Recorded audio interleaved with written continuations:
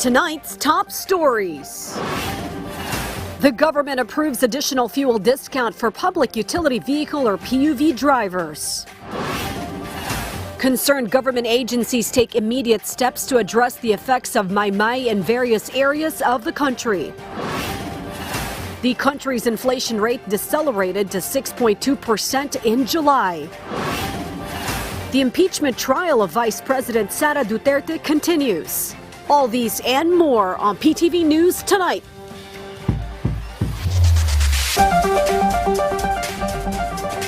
Good evening. Welcome to PTV News Tonight.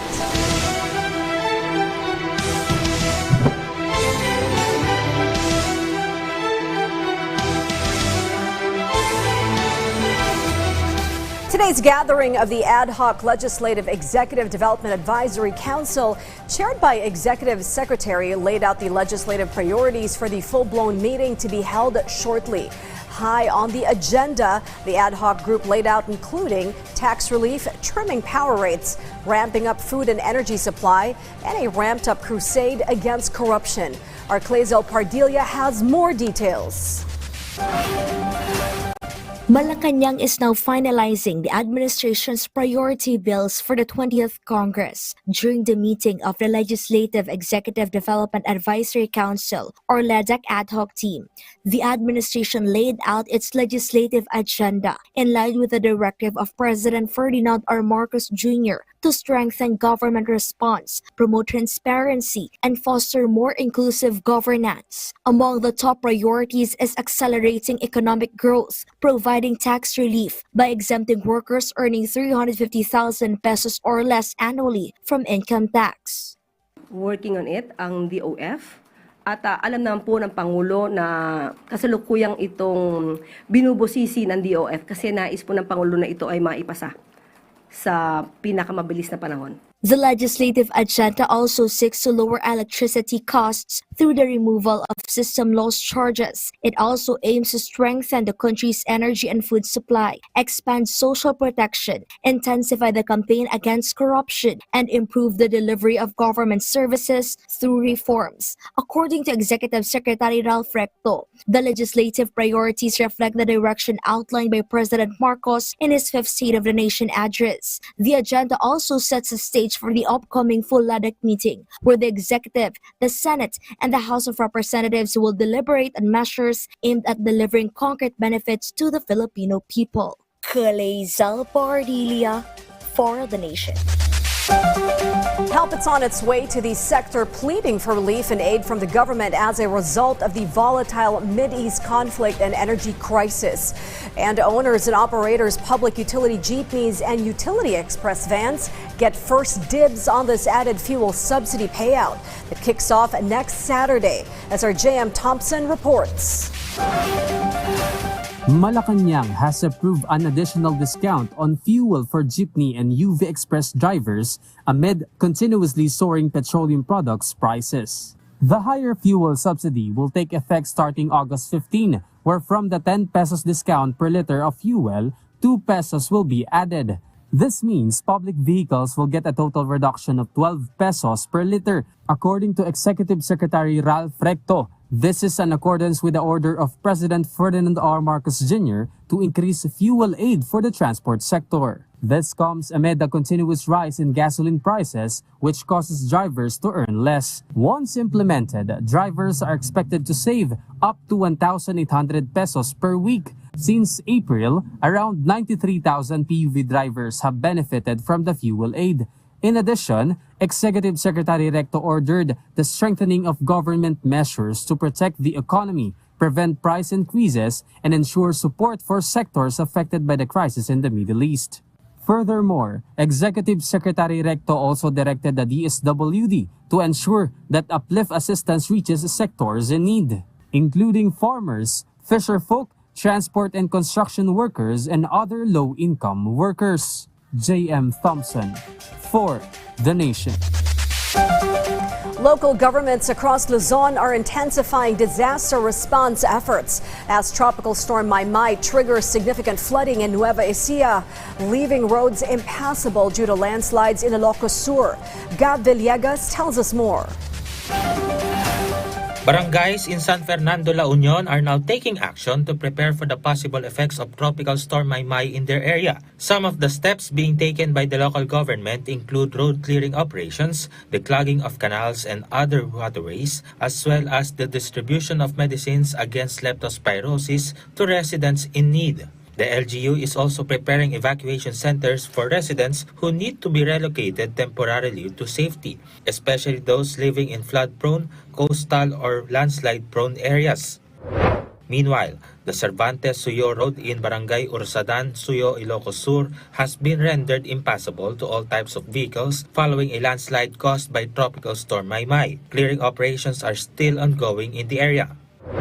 In footage taken by Primo Ordonio, knee-deep flooding can be seen in Licab, Nueva Ecija due to the overflowing of the Labong River. According to the latest report from the Licab MDRRMO, the river is currently at orange level and there is a possibility that water levels may rise again if there is rain from upstream areas. Gab Humilde Villegas, for The Nation. DPWH and MMDA flood mitigation and drainage declogging teams have been deployed in flood hotspots across the megacity to ensure smooth and steady drainage intakes and to avert flash flooding in such locations. These joint quick response teams have been dispatched since earlier in the day to prevent the accumulation of mud, trash, and other debris in and around drainage systems. Our JM Thompson tells us more. The Department of Public Works and Highways or DPWH and the Metropolitan Manila Development Authority or MMDA are on standby in areas where rainwater rises quickly to clean up garbage clogging the canals. This comes after the new tropical depression Maymay brought rains to some parts of Metro Manila. Even though the storm dissipated yesterday, intermittent rainfall continues, which is why government agencies have not stopped cleaning the waterways. Because garbage was clogging the waterways, causing flooding in several areas, DPWH quickly conducted manual cleanup operations in flooded areas due to continuous rains. They conducted clearing operations along T. Santiago Street and Mindanao Avenue southbound in Valenzuela City, as well as near the Balintawak MRT Station, Dario Bridge southbound, EDSA Corner North Avenue, and Central Avenue in Quezon City. It was noticed that after removing the clogging mud and garbage, the rainwater immediately subsided. The MMDA flood control team, together with Tupad workers, also continuously conducts declogging operations in areas like Parañaque, Las Piñas, and Muntinlupa City. The MMDA and DPWH continue to monitor Metro Manila roads uninterruptedly to conduct immediate maintenance activities and ensure proper and safe roads for motorists and commuters, especially this rainy season. The two agencies also reminded our fellow countrymen to exercise discipline in waste disposal, which would be a huge help in ultimately preventing floods. J.M. Thompson for The Nation. The Philippine Statistics Authority has reported a deceleration in the country's inflation rate, with top main sources of slower price growth in the transport, education, and restaurant and accommodation sectors. Elijah Canlas lays out more details in this report. Headline inflation in the country slowed to 6.2% in July 2026 from 6.4% in June, according to the Philippine Statistics Authority or PSA. The main driver of the slowdown was the lower price growth in the transport sector, which dropped to 11.9% in July from 12.8% in June. Yung ating kumbaga from January to July this year, nag-peak tayo sa ngayon noong April, wherein we recorded 7.2%, and then it went down to 6.8% in May, 6.4% in June, and 6.2% in July. So basically, the trend that we're seeing right now is good news. The inflation rate is going down at the headline level. Also, slower cost increases in education services, down to 1.9% from 4%, and restaurant and accommodation services down to 6.8% from 7%, also help ease inflation. Department of Economy, Planning and Development or DepDev Secretary Arsenio Balisacan emphasized that savings from slower price hikes directly support household budgets for food, transport, and education, proving that government interventions are working. He assured that despite positive trends, the government will continue implementing measures to keep basic goods affordable and improve the quality of life for every Filipino. Elijah Canlas for The Nation.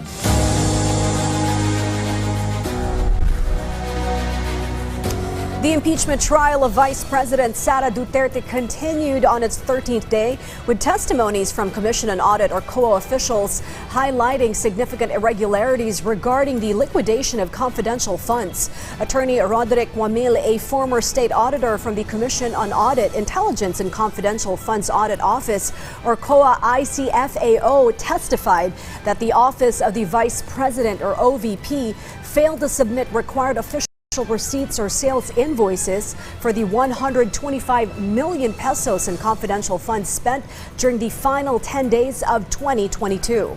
Instead, the OVP submitted only 849 acknowledgement receipts. Wamil admitted that based on these documents, auditors could not verify whether the funds were actually used for their stated purposes, such as the purchase of medicines. Furthermore, Wamil confirmed that the OVP did not submit evidence of success to justify reward payments made to informants, a requirement under the prevailing joint circular.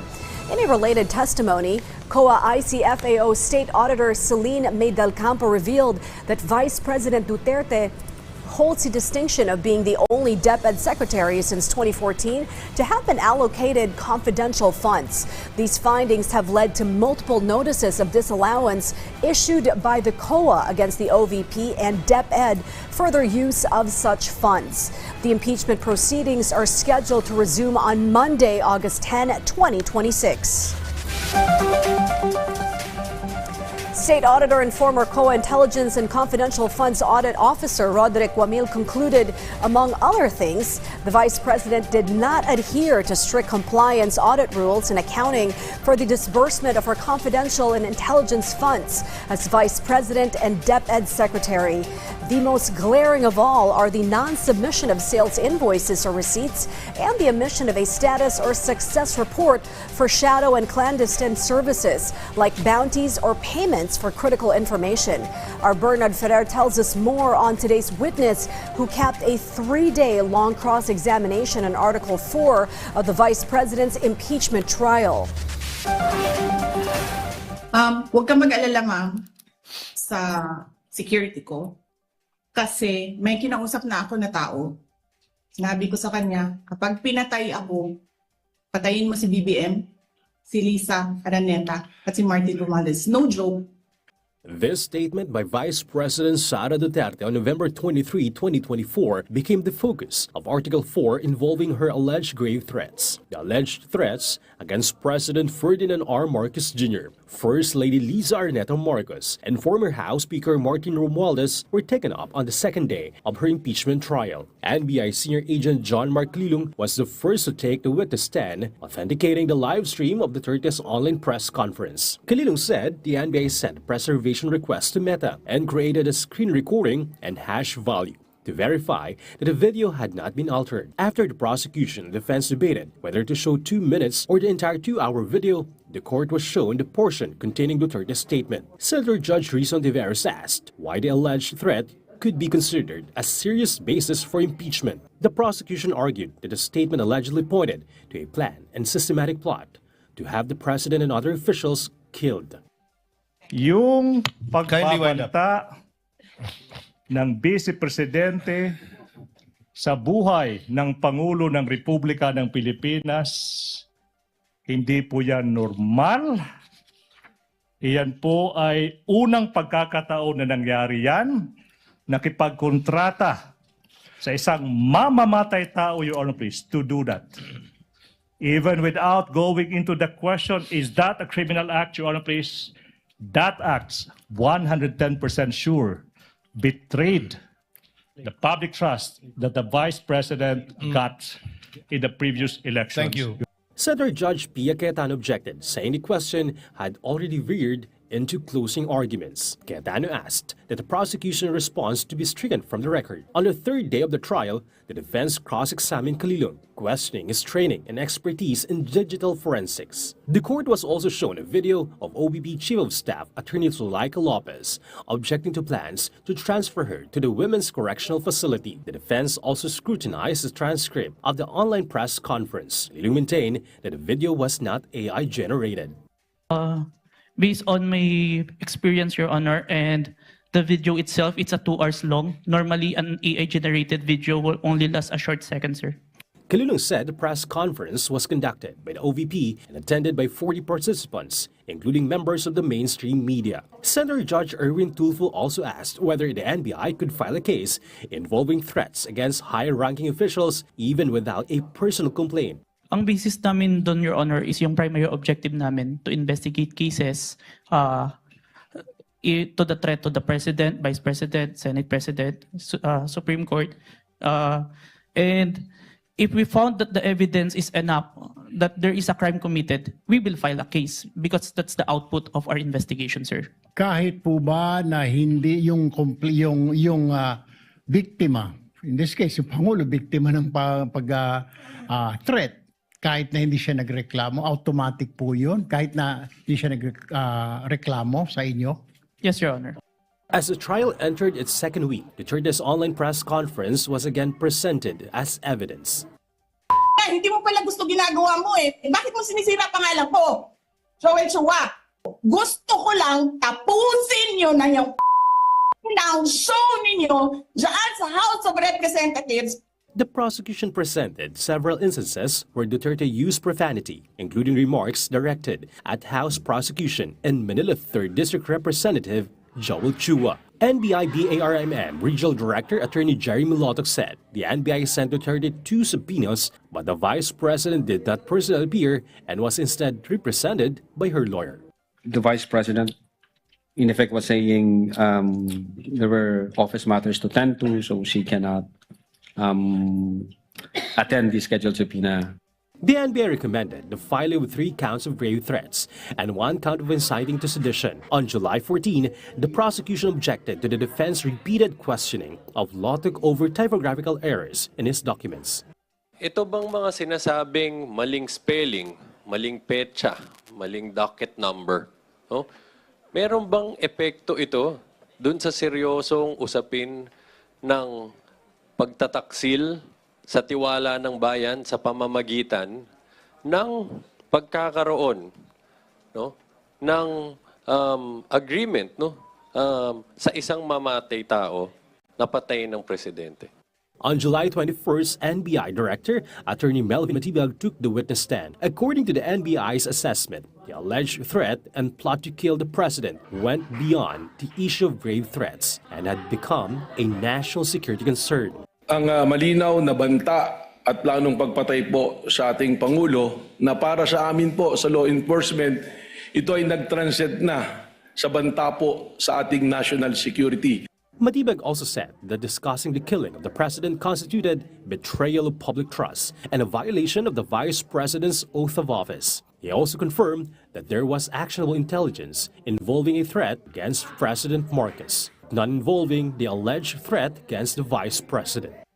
Doon po mismo sa kanyang oath of office bilang vice president, sinabi niya that protect and defend the Constitution, execute the laws, do justice to everyone, and consecrate herself to protect the nation. Pero doon po sa sinabing execute the laws, dito po natin nakikita, hindi po execute the laws yung pag-usap ng papatay. That is to execute the president. Kaya doon po papasok yung magkaiba na betrayal of public trust. The NBI also investigated statements made during the Rage Coalition rally on April 12, 2026, including remarks against the president by Davao City Mayor Sebastian Baste Duterte. Tama na yan. That's okay. Isang ulo lang naman ang kailangan namin. Ang ulo ni Bongbong Marcos! Matibag said the NBI compared these remarks with earlier statements made by the Vice President, including one during an Office of the Vice President online press conference October 18, 2024. Gusto ko tanggalin yung ulo niya ba?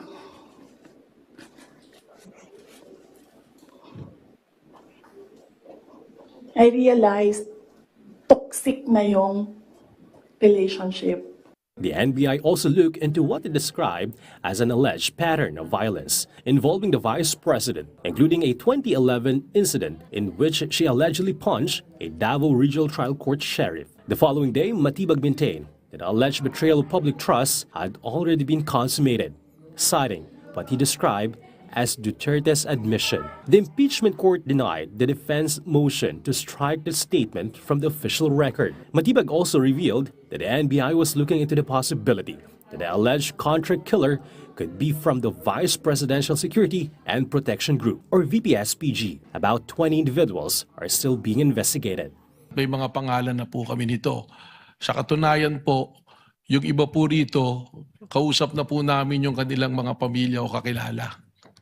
So, ganun po yung proseso. That's why sinabi ko, baka in 3 to 6 months, we can finally identify kung sino yung personalidad na yun. The NBA Transnational Crime Division was also investigating possible foreign involvement in the alleged plot to kill President Marcos while he was abroad. Yung pong mga pagbabiyahe ng ating Pangulo, we have to also monitor it because the possibility of endangering the life of the President during his time that is outside of the country, nandoon din po yan.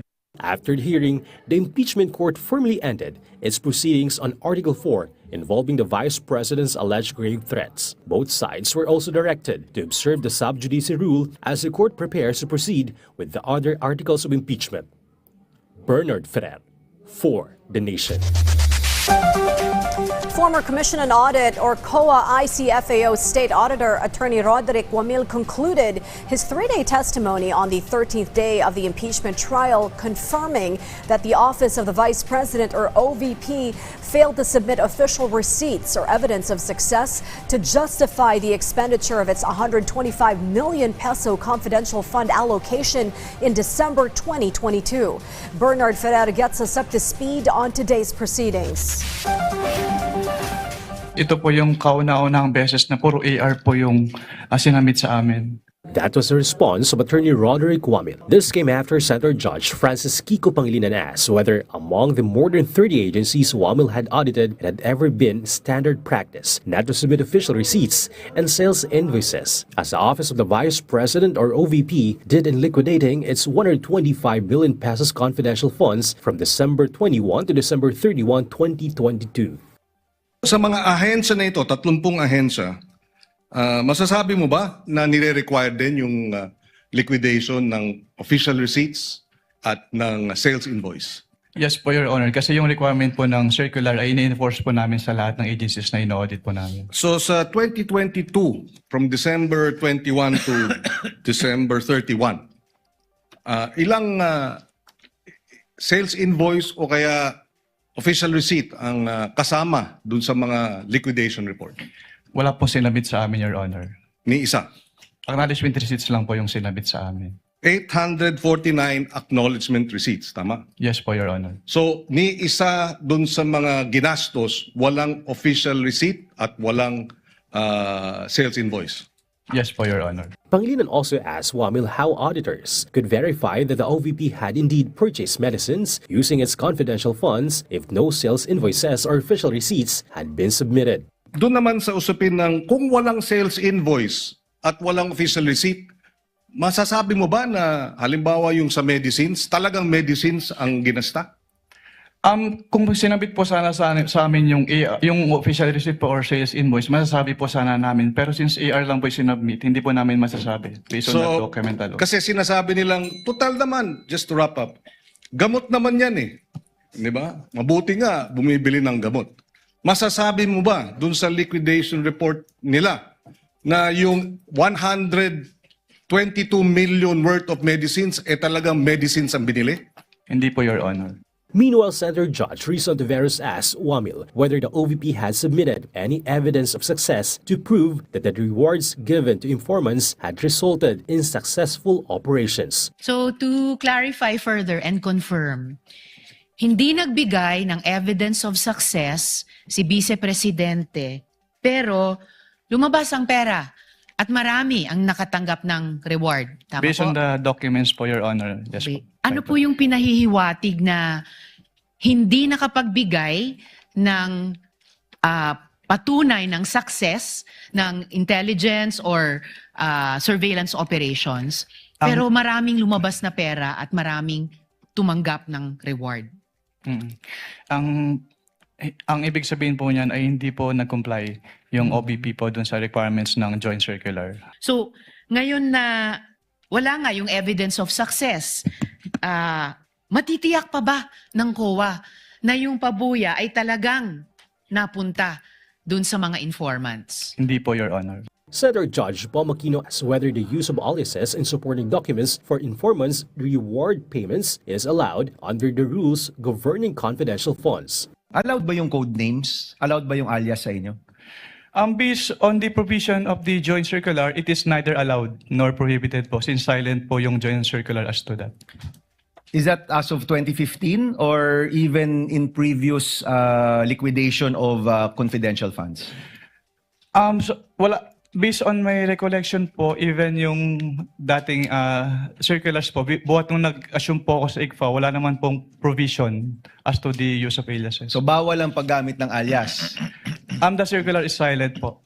Senator Judge Panfilo Ping Lacson emphasized the need to update and expand the Commission on Audit's policies on auditing confidential intelligence funds to strengthen accountability in the use of these funds. He said this would allow auditors to obtain security clearances, enabling them to access classified documents. Today, the direct examination, cross-examination, and interpellation of former COA-ICFAO State Auditor Attorney Roderick Wamil was formally concluded. This was the longest examination of a witness in the impeachment trial spanning 3 days. Bernard Ferrer for The Nation. Law enforcement authorities shrugged off and put a lid on growing talks of fugitive Senator Ronald De La Rosa's alleged capture yesterday. Word that spread and went viral, care of social media posts from De La Rosa's allies, and has since been ruled out as nothing but a ruse to divert public attention from the ongoing impeachment trial. Arshila Natividad sums it all up in this report. He stumbled. Kaya pa Senator ng Republic. Kung hindi ko mapasok, hinahanap niyo ako. Di ba? Ngayon papasok ako, tatanungin niyo ako bakit ako pumapasok. Caused a scene. Kung pwede lang. Kung meron akong pananagutan ko dito sa ating local court. Huwag doon sa Banyaga. Pleaded and suddenly went into hiding. It has been nearly 3 months since Senator Ronald Bato de la Rosa last showed up at the Senate. De la Rosa vanished into thin air following a shooting incident at the Senate on May 13, 2 days after the public release of the arrest warrant issued against him by the International Criminal Court for alleged crimes against humanity. This is in connection with the previous administration's war on drugs. But this Tuesday, the public was alarmed by rumors claiming that authorities had supposedly arrested the senator. Attorney Jimmy Bondoc, serving as the legal counsel and defense lawyer for Senator Bato, shared a seemingly cryptic post on Facebook that has now been deleted. The post stated that bad news was allegedly on the way. He added that people should pray for it not to be true for the good of the country. Akbayan party list seemed to respond with the exact opposite, saying there is good news that everyone should pray comes true for the good of the country. Bato's ally Harry Roque had a separate post claiming that someone had supposedly betrayed the senator. However, information regarding whether the senator was actually arrested or not was confirmed directly by members of the media with the authorities. The Department of Interior and Local Government or DILG shunned these speculations. We would like to confirm categorically that as of 6 o'clock p.m. last night, there's been no arrest for Senator Bato. Okay? There's been a lot of speculation na nahuli siya and he's being whisked away to the Hague. Hindi po totoo yan. Senator Bato is still being hunted down. The DILG is also coordinating with fellow law enforcement agencies. Meanwhile, the Department of Justice and the National Bureau of Investigation refuted rumors regarding Senator Bato's alleged arrest. Wala sa amin, wala sa NBI, no? So, hindi totoo. On our part, I can say na wala. Although he had not seen it in person, Matibag had rebutted the cryptic Facebook posts by Roque and Bondoc. To see it kung ano. Pero baka may iniisip silang iba or what. So, tingnan natin. Sila yung mas nakakaalam siguro kasi sila yung magkakasama. We have to look into it, bakit sinasabing nahuli, pero wala talaga. No? Baka kailangan ng content. Meanwhile, the palace warned the public not to readily believe rumors and to verify their source. According to Undersecretary and Palace Press Officer Claire Castro, the cryptic posts by Roque and Bondoc lack substance and context. She added that their actions seem strategically timed to cover up the disclosures made by the Commission on Audit regarding the expenditure receipts of hundreds of millions of pesos in confidential funds by Vice President Sara Duterte at her office in the Department of Education when she served as secretary. The palace also asserted that this is a diversionary tactic by the Vice President's allies. What is clear for now, Bato's actual location remains unknown. There is also no sign of his presence as a senator judge in the impeachment trial of VP Duterte. Meanwhile, the NBI believes that Senator Bato is still in the Philippines as they stated that surveillance operations to locate him remain ongoing. Sheila Natividad for The Nation. The National Bureau of Investigation, or NBI, is currently conducting a fact-finding inquiry into alleged character assassination plots targeting Executive Secretary Ralph Recto. NBI Director Melvin Matibag addressed requests from the camps of former Congressman Jing Paras and Batangas 1st District Representative Leandro Leviste to postpone their appearances regarding subpoenas related to the case. While the NBI may grant the said requests, Matibag challenged both parties to face the investigation directly to address evidence concerning alleged honey trap and human trafficking schemes. Meanwhile, the NBI also confirmed that a talent manager has personally apologized to Executive Secretary Ralph Recto and reportedly admitted to involvement in planning the alleged character assassination.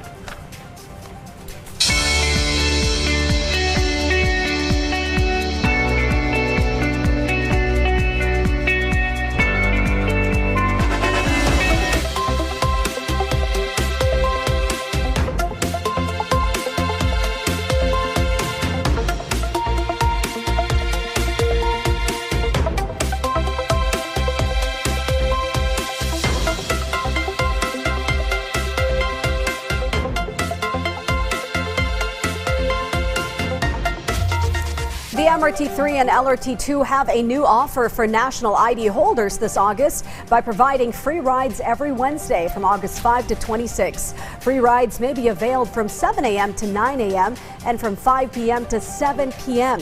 in commemoration of the anniversary of the implementation of the Philippine Identification System Act, or Republic Act number 11055. Passengers only need to present a physical, digital, or printed copy of their national ID to avail of the free ride. The Philippine Statistics Authority will also set up national ID registration booths at the Araneta, Cubao, and Taft Avenue stations for those who wish to register. In addition, MRT3 will once again offer a separate free ride program in September. In other news, the Bureau of Internal Revenue, or BIR, has expanded the list of medicines exempt from the value-added tax. Under the new Revenue Memorandum Circular, a total of 2,277 types of VAT-exempt medicines are now covered by the program. The list includes medicines for cancer, hypertension, diabetes, mental illness, and other qualifying conditions. According to the BIR, the expanded VAT exemption aims to reduce the medical expenses of Filipinos, especially those undergoing long-term treatment. President Ferdinand R. Marcos Jr. also highlighted in his 5th State of the Nation address the need to expand access to affordable medicines and healthcare services. Meanwhile, BIR Commissioner Charlito Martin Mendoza assured the public that the agency will continue to monitor pharmacies nationwide to ensure that the VAT exemption is properly implemented for the benefit of consumers. A golden opportunity that would catapult the Philippines as an integral part in the global artificial intelligence industry and the technological value and supply chain. The vote of confidence signified by the Philippine Chamber of Commerce and Industry in its endorsement of the PAC Silica project just by the sheer number of jobs it will create. And as our Carlo Candelaria reports, crafting legislation will be key in safeguarding the country's natural and human resources to ensure sustainability in manufacturing the tech tools and instruments of the times. Representatives from the private sector have expressed support for the proposed PAC Silica hub in New Clark City, saying the project has the potential to strengthen the country's manufacturing sector and generate thousands of jobs. According to Philippine Chamber of Commerce and Industry or PCCI President Ferdinand Peri Ferrer, the private sector sees PAC Silica as an opportunity for the Philippines to keep pace with the development of high-tech and artificial intelligence or AI-driven industries. Ito ba'y mabuti sa Pilipinas? Ang sagot doon is yes. Iaakyat natin ang participation ng Pilipinas imbis na bench warmer, kumbaga sa basketball, tayo ay nasa first five. Tayo ang nasa gitna at sentro na pagde-develop ng bagong technology that will lead us in the next 20 years. Meanwhile, Philippines Ease of Doing Business Foundation President Roberto Bobby Alvarez emphasized that the country stands to benefit more if raw materials are processed locally and transformed into finished products. He noted that the PAC Silica initiative also includes the establishment of processing centers and manufacturing facilities. Pag hindi natin binago ang pamamaraan natin, sa ngayon, benta lang tayo ng raw material. Nagmamine tayo, we do mining, we sell the product. We have to process. We don't want to buy the car every time and sell the steel. We want to make the car.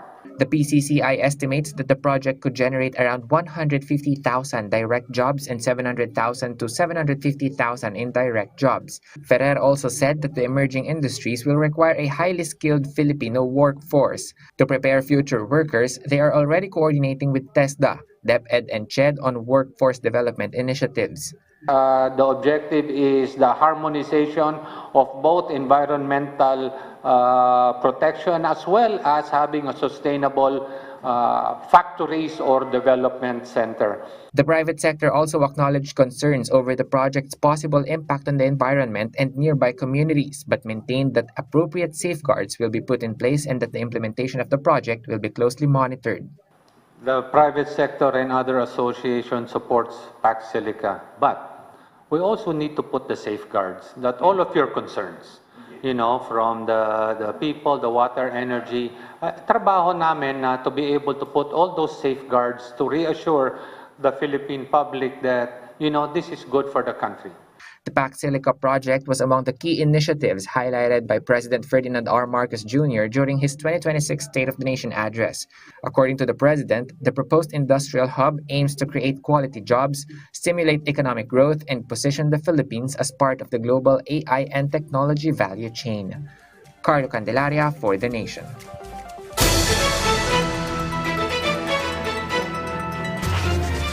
The palace has ordered the suspension of classes at all levels and work in government offices in the National Capital Region, or NCR. This effective at 3 p.m. today, August 5. This follows the recommendation of the National Disaster Risk Reduction and Management Council, or the NDRRMC, citing the expected heavy rainfall resulting from the combined effects of Tropical Storm Maymay and the enhanced southwest monsoon, or Habagat. In addition to the NCR, the suspension also covers the provinces of Abra, Ilocos Sur, La Union, Pangasinan, and Zambales. Government agencies providing basic and health services are instructed to remain on alert to ensure swift disaster response. Meanwhile, the suspension of work in private companies is left to the discretion of the respective management. Tropical Storm Maymay is currently bringing heavy rainfall to parts of Luzon as it moves towards a possible landfall in Ilocos Sur and La Union by tonight or early Thursday. In the meantime, the National Bureau of Investigation, or NBI, has filed complaints against 20 individuals in connection with alleged irregularities in flood control projects in Cebu, according to the Department of Justice. Among those named in the complaints are officials and employees of the DPWH Cebu 3rd District Engineering Office. The respondents face multiple complaints, including malversation of public funds, violations of the Anti-Graft and Corrupt Practices Act, perjury, and the falsification of documents. The complaints will undergo a thorough preliminary investigation to determine whether sufficient evidence exists to file formal charges against those allegedly involved in the anomaly. The DOJ, however, assured that all respondents will be given the opportunity to submit their counter affidavits. The Land Transportation Office has issued 13 demand letters to German technology firm Dermalog, seeking the turnover of the source code and database of the Land Transportation Management System. The LTO said the failure to hand over these systems has caused service disruptions and could potentially compromise the data of millions of Filipino motorists. The agency maintains that Dermalog's contract has already expired and is considering blacklisting the company over alleged contractual violations. Meanwhile, the LTO assured the public that it is working to resolve the issue as soon as possible to restore faster and more reliable services. The Cybercrime Investigation and Coordinating Center, or CICC, is now actively addressing reports of tech scams that impersonate government agencies to steal personal and bank information.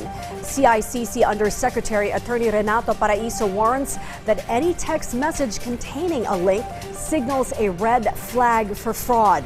He noted that the National Telecommunications Commission, or NTC, has already prohibited the inclusion of links in text messages to protect the public from these schemes. According to the CICC, scammers are now utilizing artificial intelligence, or AI, to create highly convincing replicas of legitimate government websites. To stay safe, Attorney Paraiso urges the public to access only official websites ending in .gov.ph and to verify the authenticity of social media pages by looking for official blue checkmarks. In other news, as chair of this year's ASEAN Summit and related meetings, the nation played host to the ASEAN Youth Summit that kicked off earlier today, despite the rains at the Philippine International Convention Center. The two-day gathering of youth delegates from ASEAN member states seeks ways and means to ramp up ASEAN youth participation in nation building and empower them with greater digital literacy, cyberspace ethics awareness, and the thwarting of the spread of misinformation and disinformation. The full report from our Gab Humilde. The Department of Social Welfare and Development and the National Youth Commission led the opening of the ASEAN Youth Summit today at the Philippine International Convention Center in Pasay City. An estimated 300 participants from ASEAN member states, including youth leaders, institutions, development partners, and representatives from local youth sector attended the said summit. The two-day summit aims to provide a platform to empower the youth and strengthen their capabilities when it comes to digital literacy, online ethics, and responsible innovation. In his speech, the SWD Secretary Rex Gatchalian said that technology is a great help when it comes to education and livelihood, but there is also a lot of false information and fake social media accounts being used by scammers to victimize people. Many have fallen victim to these schemes, losing their hard-earned money or sharing personal information with people they believe they could trust. For some, the amount lost may seem small, but for a struggling family, it can mean food on the table, medicine for a sick loved one, or school expenses for a child. That is why we cannot allow misinformation, disinformation, and malinformation to victimize the very people the government is trying to protect. Meanwhile, UNDP resident representative to the Philippines, Christopher Bawet, emphasized the important role of the youth in shaping the region's future amidst the challenges of modern technology. According to him, although the youth face problems such as digital divide, lack of access to the internet, and the spread of misinformation and cybercrime, they are also the key to change. You are the one to shape a new digital age for ASEAN, one that is not for the richest, not one for the big businesses, but one that will actually benefit the people, all the people, including the most marginalized one, for them to get jobs, to get an education. One that would actually provide services to communities, not only the one in the cities, also the one in the rural areas. One that promotes cohesion, not division, and one that makes a difference for sustainable development. As for Budget Secretary Kim De Leon, although up to 98 million Filipinos have connected to the internet this year, approximately 19 million still remain offline. To support the digital and emotional safety of the youth, De Leon shared some allocated provisions under the proposed 2027 budget. Some of these are the 3 billion peso fund for 40,000 public internet access points to be placed in schools, hospitals, and communities across the country. Over 800 million pesos in funds for hiring 2,000 school counselor positions nationwide to guide students against cyberbullying, anxiety, and other mental health challenges. And the 3.2 billion pesos budget under the government internship program, where over 53,000 Filipino youth are expected to benefit. The challenge, therefore, is not simply to build smarter machines, but to build a more inclusive society, one where innovation reaches rural and urban communities alike, and every young person has the chance to learn, create, compete, and succeed. After all, the true measure of digital progress is not how advanced our technology becomes. It is how few people we leave behind.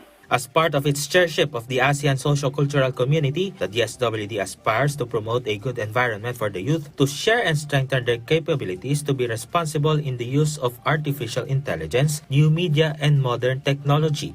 Gab Humilde Villegas for The Nation.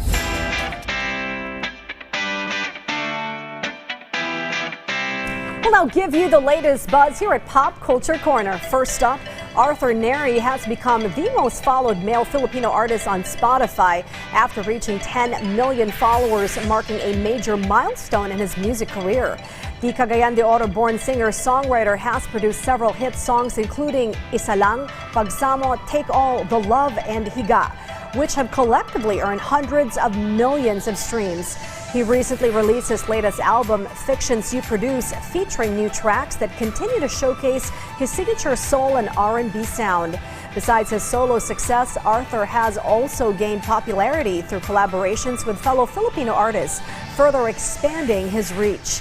On August 16, he is also set to join fellow Viva Records artists in an exhibition basketball game at the Smart Araneta Coliseum. And the South Korean series Made in Korea will return for its second season on Disney Plus beginning September 9. Yeonbin, Jung Woo-sung, Woo Do-hwan will reprise their roles as the story picks up 9 years after the events of the first season. The new installment follows Baek Gi-ta as he expands his powerful drug empire, while prosecutor Jang Hyun-young returns to carry out a long-planned revenge. The series will premiere with 2 episodes on September 9, with new episodes releasing every Wednesday through September 23rd. P-pop group Yes My Love is set to hold its first ever solo concert, Pulso, on August 8 at the Sky Dome of SM City North EDSA in Quezon City. The milestone show will feature the 5-member group, which has gained recognition for its vocal performances and original music. Tickets for the concert are now available through SM Tickets. Dubbed the vocal hotstoppers of P-pop, Yes My Love rose to prominence in 2023 and officially joined Star Music in 2025.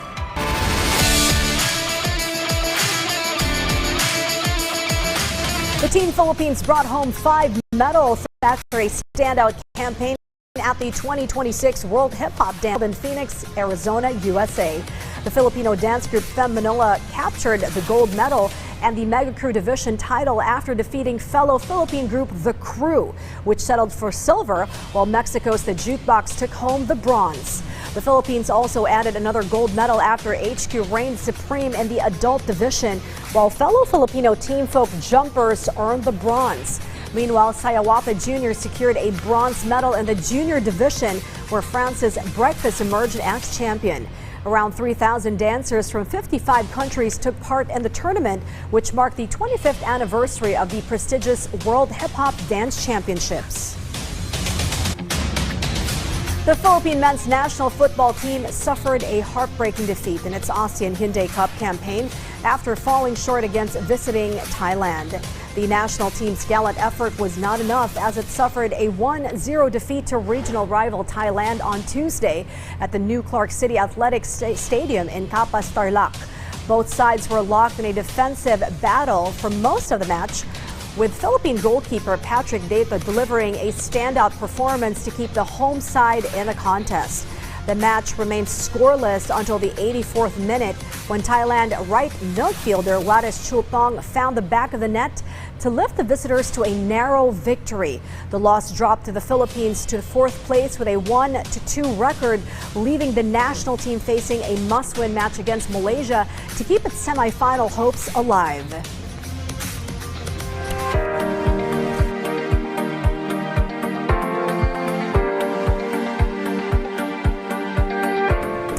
The center of Tropical Storm Mai with international name Kujira was located at 155 kilometers west of Sinai at Ilocos Sur, with maximum sustained winds of 75 kilometers per hour near the center and a gustiness of up to 90 kilometers per hour. It is now moving east-northeastward at 10 kilometers per hour.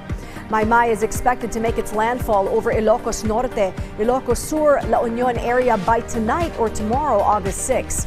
After its landfall, Mai is forecasted to weaken into a tropical depression by and may further downgraded into a low-pressure area tomorrow. With this, Ilocos Norte, Ilocos Sur, La Union, Benguet, Mountain Province, Abra, Kalinga, and Ifugao may expect stormy weather. Cagayan, Isabela, Nueva Vizcaya, Quirino, Pangasinan, Apayao, Zambales, Tarlac, Nueva Ecija, and Aurora may experience rains with gusty winds. The rest of Central Luzon, Quezon, Palawan, Oriental Mindoro, Marinduque, Antique, Iloilo, and Guimaras may expect cloudy skies with scattered rains and thunderstorms. Meanwhile, the southwest monsoon may bring occasional rains in Metro Manila, Rizal, Cavite, Batangas, Laguna, and Occidental Mindoro. And the rest of the country may experience partly cloudy to cloudy skies with isolated rain showers or thunderstorms, this due to localized thunderstorms. Now, before we end our newscast, please do take the time to like, subscribe, or share PTV's social media pages flashing on your screen right about now. It would go a long way and we would truly appreciate it. And so goes PTV News Tonight's roundup of tomorrow's headline stories. I'm Sharms Espina. Join us again tomorrow on PTV News Tonight.